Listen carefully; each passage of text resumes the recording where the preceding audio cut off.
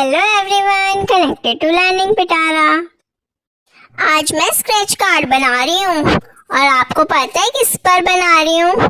थोड़ा गैस कर सकते हो क्या आने वाला है। अब इतने आप गैस कर रहे हो, इतने मैं बता देती हूँ मैं क्या कर रही हूँ। मैंने एक वाइट शीट ली है A4 साइज की।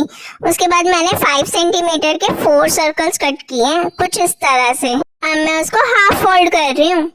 चारों को आपस में एक दूसरे के ऊपर अरेंज करके उसको कुछ इस तरह से चिपका दूंगी। मेरी इतनी मेहनत को देखते हुए वीडियो को लाइक शेयर सब्सक्राइब करना मत भूलना।